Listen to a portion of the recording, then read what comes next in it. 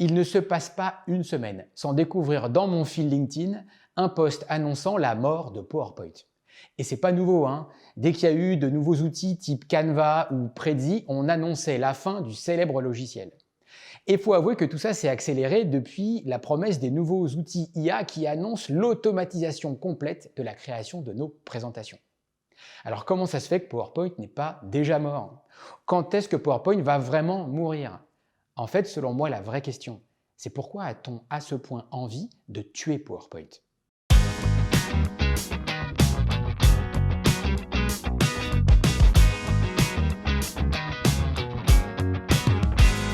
En fait, la réalité, c'est qu'aujourd'hui, présentation égale ennui. Pour ceux qui assistent aux présentations, c'est vrai. Parce que la plupart du temps, soit on vous présente des choses que vous savez déjà, soit on vous présente des choses qui ne vous concernent pas vraiment. Et présentation égale ennui pour ceux qui parlent aussi, qui s'évertuent à trouver un moyen de capter l'attention d'un public qui souvent préfère lire plutôt que d'écouter. Comment a-t-on pu en arriver là? En fait, on s'aperçoit que les PowerPoint tels qu'on les utilise au quotidien sont finalement le résultat d'un consensus qu'il a été très compliqué à obtenir.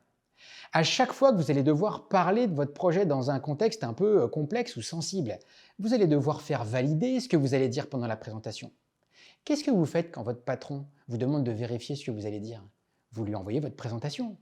Quand votre direction de la communication veut uniformiser les présentations de façon à valider la communication stratégique, qu'est-ce que vous faites? Vous envoyez votre présentation. Et une fois que vous agrégez tous ces feedbacks, vous vous retrouvez avec un document qui est le résultat d'un consensus tellement compliqué à obtenir qu'on ne peut plus rien changer. Ce résultat, ce document de synthèse un peu hybride, c'est ce qu'on appelle chez The Presenters un slidement. C'est quoi le slidement en fait? C'est une confusion des usages entre un logiciel qui s'appelle PowerPoint, qui fait des documents optimisés pour être vus, et de l'autre côté, un logiciel comme Word par exemple, qui fait des documents qui sont optimisés pour être lus. Le slidement, c'est le document hybride au milieu qui n'est finalement ni vu ni lu. Ben oui, si vous le projetez derrière vous, il y a trop de choses dessus et les gens préfèrent lire plutôt que d'écouter. Et si vous leur envoyez, le document n'est pas suffisamment rédigé pour qu'ils puissent comprendre tout seul. Résultat, il ne fait aucun des deux. Alors pour s'en sortir, faut-il vraiment tuer PowerPoint?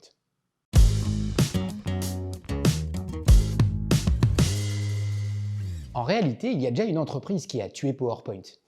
En 2004, Jeff Bezos envoie un email à l'intégralité du top management d'Amazon leur demandant d'arrêter d'utiliser PowerPoint. Il préconise en échange de remplacer les présentations PowerPoint par un mémo de 4 à 6 pages rédigé sous la forme d'une histoire qui sera lu par l'intégralité des participants à la réunion à chaque début. Moi, quand j'ai entendu ça, ça a provoqué déjà 2 réactions. La première, c'est d'assumer le temps qu'il faut pour préparer ce type de réunion. Vous imaginez le temps qu'il faut pour rédiger un mémo de 4 à 6 pages, rédigé sous la forme d'une histoire qui sera lue par tout le top management? Or, nous, en formation, quand on partage nos outils de storytelling pour concevoir les présentations, bien sûr qu'ils posent des questions, mais les résistances, elles ne sont pas sur la méthode, tout le monde la trouve géniale. La résistance, elle est sur comment trouver le temps pour appliquer tout ça. Or, si je peux trouver le temps pour rédiger un mémo de 4 à 6 pages, mais j'ai largement le temps de faire des présentations de folie. Deuxième point qui m'a fait réagir, c'est d'imaginer ce top management prendre au début de chaque réunion 15-20 minutes pour lire. Mais on a évalué le coût de cette réunion. Je trouve qu'on paye très cher les gens à lire quand même. En revanche, après, il y a des avantages évidents. Mais oui, tout le monde a le même niveau d'information. Le débat est plus riche, les échanges sont plus forts. Mais à la fin, il faut quand même adhérer à une même idée. Eh oui, c'est pas parce qu'on a accès à la même information qu'on est forcément d'accord sur la décision qu'il faut prendre. Or, diriger une entreprise, c'est pas attendre que tout le monde soit d'accord. C'est trancher et aligner tout le monde autour d'une idée qui n'était pas forcément la nôtre au départ. Et vous, quand d'un seul coup vous devez porter ce projet, comment vous faites pour embarquer les gens qui avaient un avis différent avant? Ça sert à quoi d'être le meilleur à écrire des mémos si quand vous vous levez pour parler, vous n'êtes pas capable de les faire adhérer et de les convaincre?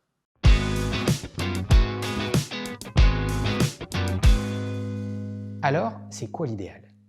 Il est urgent de réaliser qu'une présentation ne peut pas servir à informer.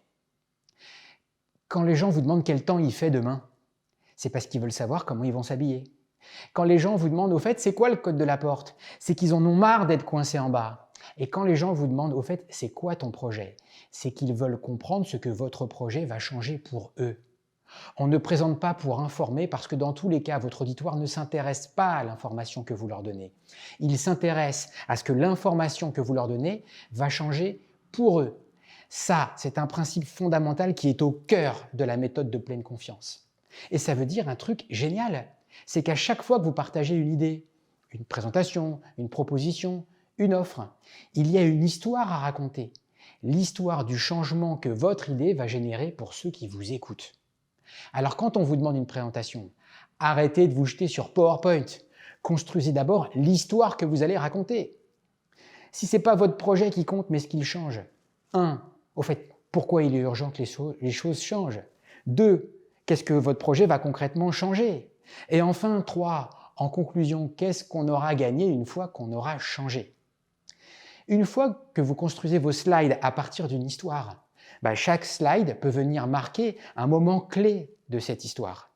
Ainsi, vous n'avez plus des slides et des PowerPoint qui sont là pour informer, mais qui sont là pour accompagner votre raisonnement et optimiser la mémorisation de ce que vous êtes en train de leur dire. Séparer ce que l'on va dire de ce que l'on va montrer est ce qu'on appelle chez The Presenters le story design. Il n'y a pas que votre prise de parole qui compte, c'est l'intégralité de l'expérience de présentation que vous allez proposer à votre auditoire pour favoriser leur adhésion. Et cette expérience, elle commence bien avant que vous parliez. Le mail que vous envoyez en amont, il est fait pour être lu. Et pourtant, c'est lui qui donne envie de venir à la présentation. Bien sûr, il y a le temps de la présentation, avec un document derrière vous, d'un côté ou de l'autre, qui est fait pour être vu, de façon à amplifier l'impact de ce que vous êtes en train de dire.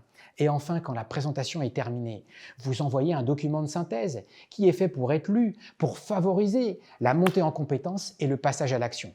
Vous avez un monde idéal où vous avez à la fois les documents faits pour être vus et les documents faits pour être lus.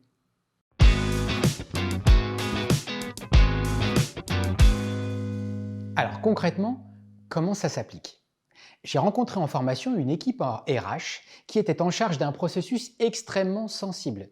Aligner tous les ans des équipes RH dans le monde entier sur la revalorisation salariale des équipes. C'est un processus ultra compliqué et sensible parce que c'est ce qui permettait aux équipes de rester dans le groupe et c'est ce qui permettait en même temps au groupe de maîtriser sa masse salariale.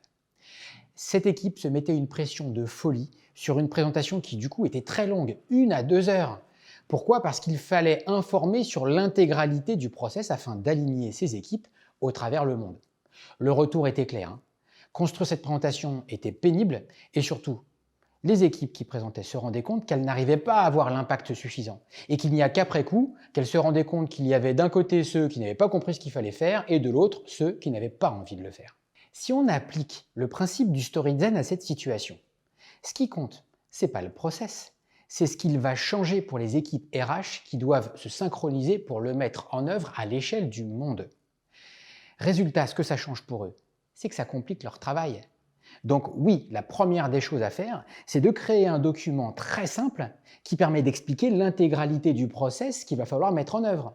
Un document simple où je vois clairement ce que j'ai à faire, mais aussi qui me permet de comprendre des notions peut-être un petit peu plus complexes. Quoi de mieux qu'un document écrit fait pour être lu, pour détailler tout ça. Résultat, dans cette expérience de story design, la présentation n'est plus un moment d'1 à 2 heures où on explique tout. C'est une présentation de 10 à 15 minutes qui n'a qu'un seul objectif. Créer le désir de ce nouveau process afin d'aller télécharger et d'utiliser le document qu'on a écrit. Vous voyez bien qu'ainsi, on sépare efficacement le vu du lu et qu'on a un monde idéal, un peu comme ce que rêvait Jeff Bezos, avec des présentations plus courtes, impactantes, qui donnent envie d'aller voir les documents et un document de synthèse optimisé pour passer à l'action. Pour finir, non, PowerPoint est pas mort, loin de là. D'ailleurs, que vous utilisiez Prezi, PowerPoint, Google Slide ou Keynote, c'est pas l'outil qui compte, c'est ce que vous faites avec. Avec cette notion de story design, vous pouvez dès maintenant construire des expériences efficaces où vous savez que vous allez devoir associer le vu et le lu. Si ce contenu vous a plu, n'oubliez pas de cliquer sur le pouce pour que ça se sache. et de cliquer sur la cloche pour ne pas rater le prochain conseil pour prendre la parole en pleine confiance.